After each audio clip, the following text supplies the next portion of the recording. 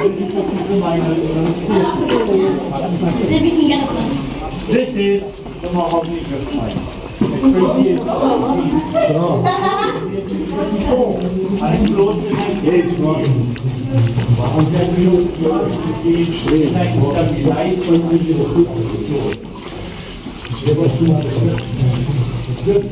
flows to 1978.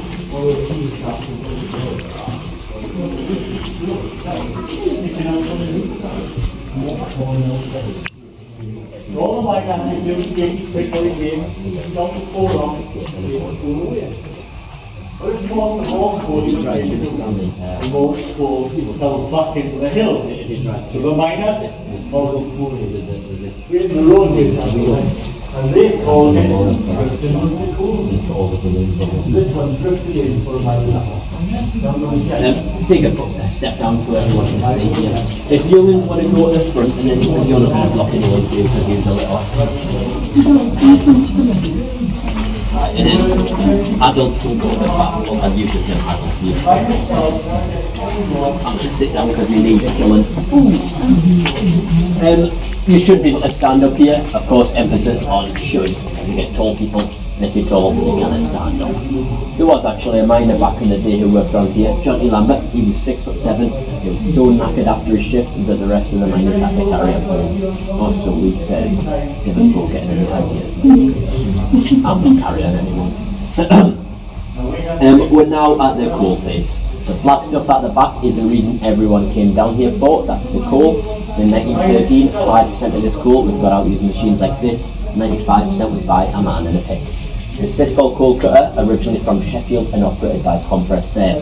First handle would cause the machine to pivot, the second one would cause it to bash against the coal face. It was brought in by mine owners to speed up coal production, and although it did this, the miners themselves hated it, and that's for two reasons.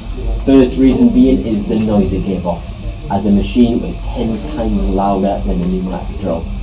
How loud they can be, that is definite stuff. Second reason it's hated is the dust. You know, you're working in a small space, there's going to be dust in the air already, the machine will pick up more, miners will breathe that in and they get a nasty disease called black lung. Some miners would have chewing tobacco which they'd spit out, get rid of some of the dust. It did no help, they still hit the machine, and they give it the nickname of the Widowmaker. Not a good nickname in the slightest. You have a question, I get just punching your heart. The machine did, however, undercut the coal by 4 feet. 4 foot. Every yard you went back, you had to stick in 2 pit props to keep off the roof. These props were made of pine, and that's for a couple of reasons. As pine, it goes straight, it goes strong, and it goes cheap. It also has a trick. Under pressure, it will creak. That means if the roof's coming down, the prop will talk to the miners and tell them to get out the pit. Wouldn't give them much warning, but of course it was better than out. And if you were working next to a machine like that, I'd absolutely no chance in using it. Best you're going to get is just a couple of cracks running down, which again, it's fell out leg it. As the roof's coming down, and it's coming down quick. The walk we just took down was a matter of yards. For the miners, that was up to 2.5 miles. As I said before, that was unpaid time. You only paid for the 8 hours you worked at the coal face. Not very fair, that. Bearing in mind you've got to walk to the pit as well, and when you're walking underground, it's not going to be nice, is it? Because you can stand up here, the pit wouldn't be like that. If you look down there, that's 4'6", pony height. That's a high seam still. If that's a high seam, what's a low seam? Well, that's 4'6". Do you want to have a guess to how low a low seam goes? 18. Yes. Oh. Well done, Annie. 18 inches though, Annie. That's that line there. So the lads will be crawling through there, shoveling coal underneath them. You know, and swinging a pick down there as well, working in water. 18 inches to 2 foot was actually the most common seam in County Durham. You'd have lads bent double, constantly scraping their back against the roof when they are travelling to work. You may have heard of the superstition that a miner never washes the back. You know that one? Almost, it was one. And it's because they felt the health all the strength in the back. So specifically the buttons on the back, the spine, wouldn't wash them because they felt if they washed them, the strength too would wash away. Obviously not all miners were just wandering around with dirty backs, it's just a superstition they had. had a few more. One of them is if you were walking to work. Miners felt the last face that they should see before they went to work was the wives. So if they saw a woman on the way to work, they turn around and go home. You may think that's a bit of a cop-out to see the one say, no, you can't hold me. But bear in mind this is 4 o'clock in the morning, you know, and there's not going to be many women on the streets. So that's what that means. Right, when these go past, we'll head down to the huge work, who's the most important man in the pit, because he's the one getting out the show. Watch out for the props that overhang it, and we're going at the corner bit, as I say, which is 4 percent. So if you were joking before, this is still luxury. Oh, I bet. Call you his dream, this. Call you his dream, you know how low those goes? So it could be far worse than this. Basically, I'll have knee whinging from you lot. Anyway, follow me down here, please. One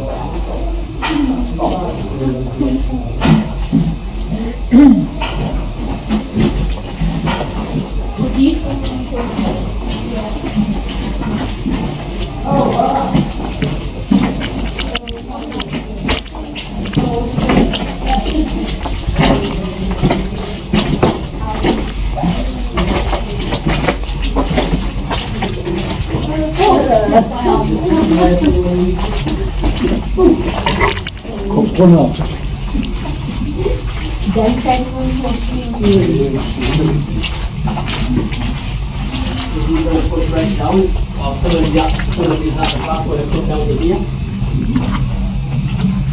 Does anyone want a seat? You're all being too polite, man. It's crap on for that seat. You just want to come down to here at the back.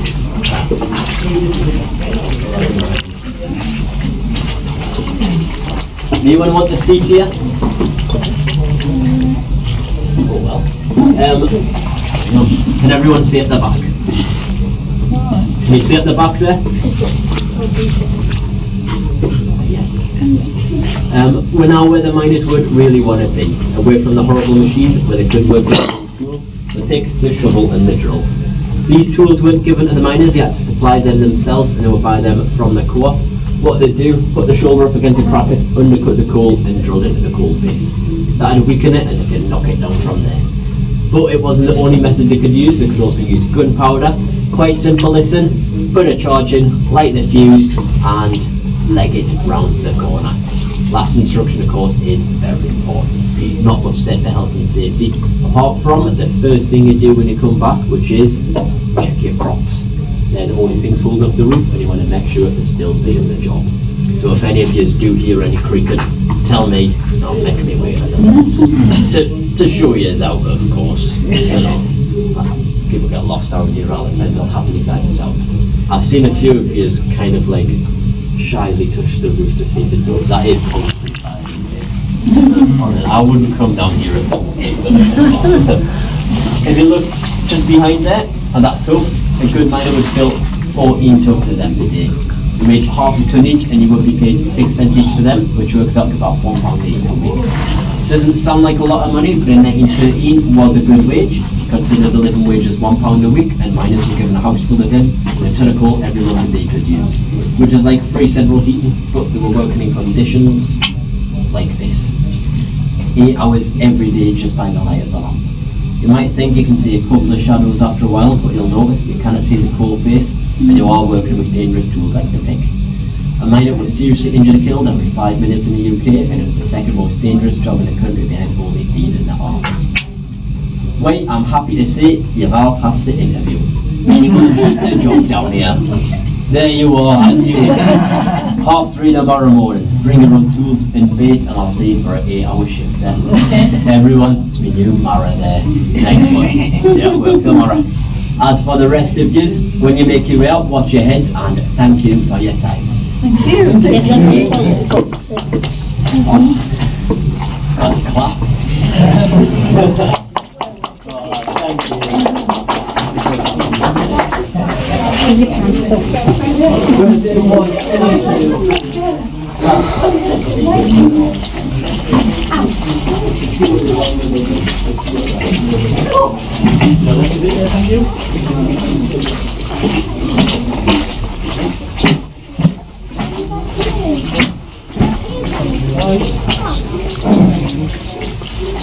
you water?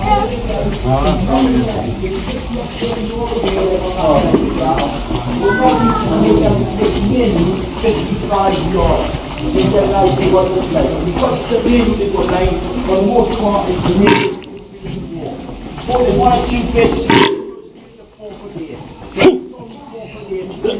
Keep your head down and follow me.